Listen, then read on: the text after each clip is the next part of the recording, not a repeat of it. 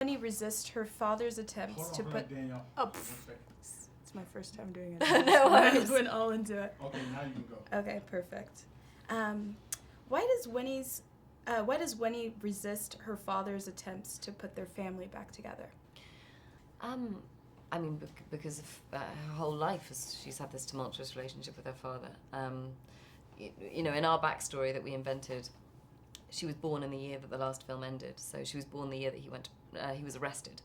So for the first 7 years of her life, he was in and out of courts and having more charges put on him. And then he went to prison, and then because he went to prison, their whole family sort of became disjointed, and her brother went off the rails and committed suicide. So there's a lot of dark things that happened as a result of him being the person that he was. So it's all kind of unforgivable. There's too much pain, and she feels like if he had been there, then things would have been different. And you know, the fact that he wasn't means that, you know, her life was sort of ruined in a way. Right, the next one. Are there circumstances where you'd agree that greed can be good? Maybe with pudding, but no, I don't know. Ambition is good and drive is good, but greed probably not. Winnie and Gordon are more alike than she would care to admit. In what ways are they similar?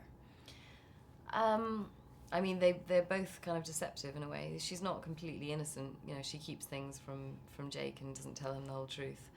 And, you know, she also has the same drive that he has and the same kind of ruthless ambition.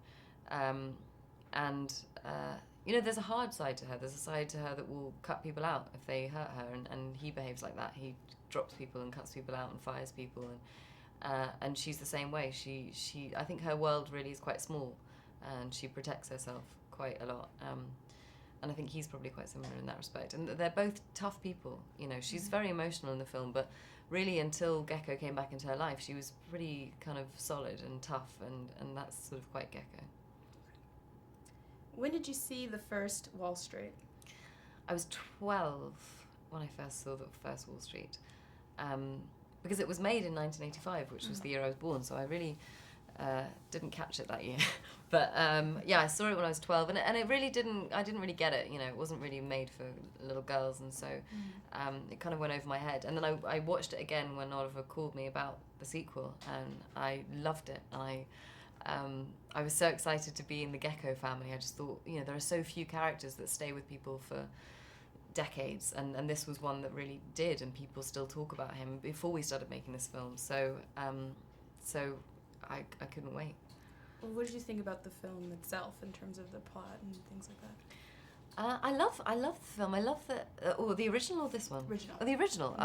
It was awesome. I mean, it was like a masculine, tough, you know, dark, nasty film, and with all these incredible villains and heroes. And I remember really loving Martin Sheen. I thought he was so incredible.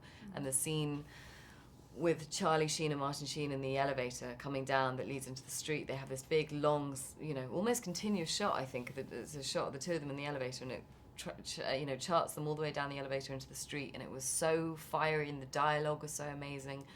And so that's what I expected from this sequel, and that's what I got when I read it. So. Oh, perfect. Well, thank you very much. Thank you very Appreciate the much. time. Cheers. Very nice to meet you.